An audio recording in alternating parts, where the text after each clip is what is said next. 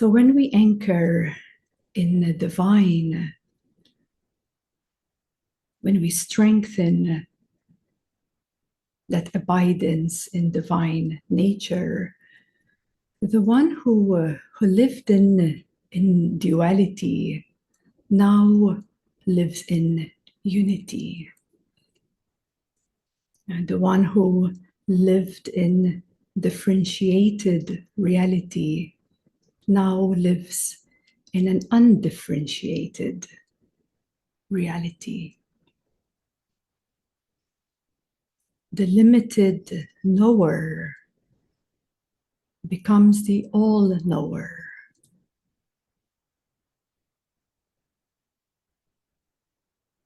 The one that enjoys the senses through joy is now only finding joy through the unity of universal consciousness.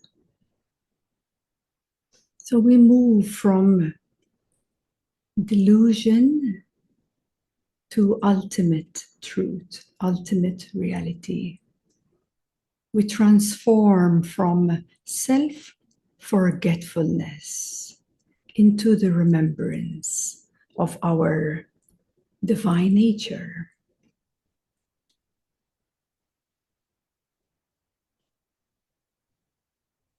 We transcend from the bounded limitations with the external worlds and manifestations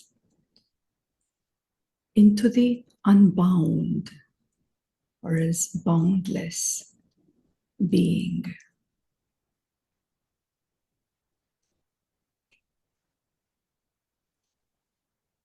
We transform from the one who lives in creation, binded by creation, to become the ultimate creator.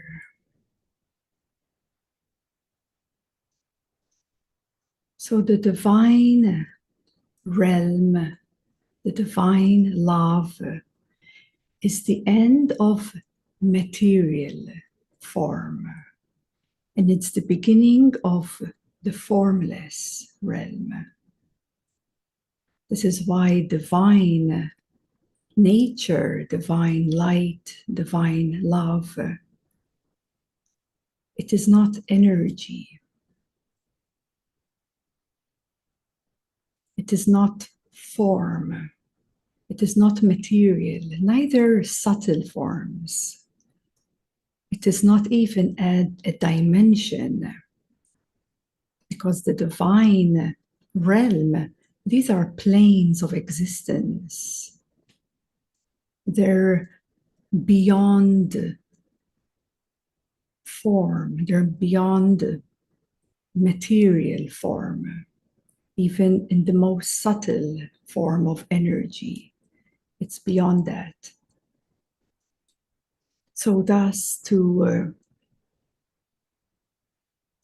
come back to our nature, divine, loving, eternal nature, we must withdraw our attention. We must withdraw our attention away from the five senses that bind us in the world of material form. And once we learn how to withdraw our attention, come within, and rise up, transcend all of the attachments, going beyond the grip of illusions, beyond the desires, beyond activity, beyond the forces of passions, desires. Here we're not speaking of what is good or bad. We're speaking already beyond and duality. It doesn't matter if it's something good, so to speak, or something negative, but coming to this divine, loving nature within us, we must rise above all worldly attachments and all subtle worldly attachments too. And only then we can truly transcend, truly rise above any bondage. Because in divine planes of existence, here is no bondage, no attachments, no karma. There's no forces that distract you. It's already beyond perfection. It's already eternal, loving nature, eternal bliss. And that is all within us. It's all a part of who we are. It is the most truthful of who we are, but yet through our attention, through our focus, we have distracted ourselves in so many different ways that we simply have forgotten our profound, supreme nature.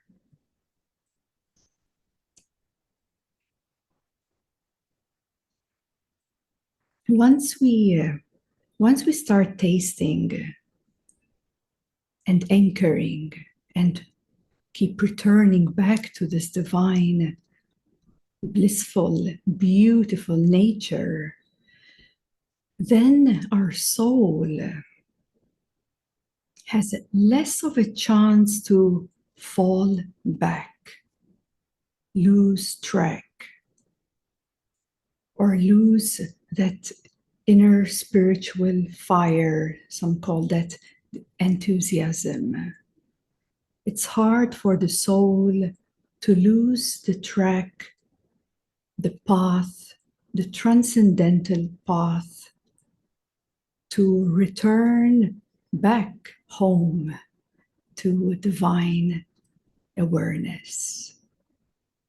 And the more we keep returning, coming back home, well, this strengthens within us, less chance of diverting or falling back into any lower realms. Lower realms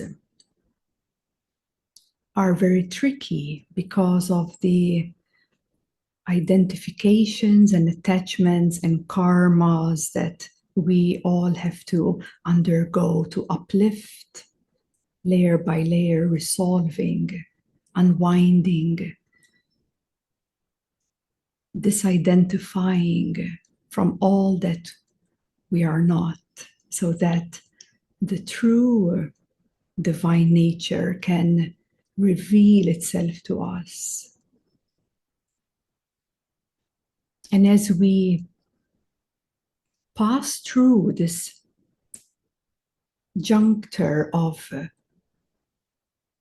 anxieties, of loss, even death, if we pass through the great illusion that we find in this land of this planet Earth, if we are able to see beyond this great illusion, then we can start to really taste something much profound, something much, much greater, eventually awakening and realizing yourself as that supreme being or divine, loving, eternal nature. So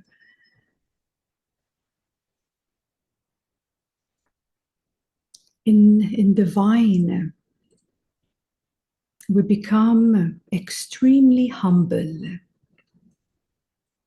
We become extremely loving, extremely compassionate, and towards everything and everyone around us, but ultimately having that inner remembrance of divine, so that whatever we do, whatever actions, whatever activities, whatever selfless service, whatever is unfolding in your life experience, you never forget the presence of God in you. And that is one of the most beautiful way how one can live in a place of devotion, selflessness, deep, deep gratitude. And for this to take place, we must, easy to say, yes, but possible for everyone, to surrender or unwind or disidentify with the sense of I. The sense of I is a kind of restriction that keeps a certain separation from divine nature. Thus, it is only the sense of myself, the sense of me or I, that simply needs time, very slowly needs time to resolve the knot of the I. Yes, resolve the knot of the essence of suffering. So thus, walking on a path of devotion really, really helps to rapidly transcend that which is limited, that which is in suffering or in ignorance. In ignorance. The I is a bundle of memory. It's a bundle of memory. It's a bundle of karma. It's a bundle of preferences. There's beauty in the I as well, of course, but there's also suffering. Because ultimately, at some point, you realize, you see the truth of separation, division, suffering. Thus, it's natural for us to be at home. Be at home. It's natural for us to live in union with God. It's natural for us to immerse ourselves in pure love.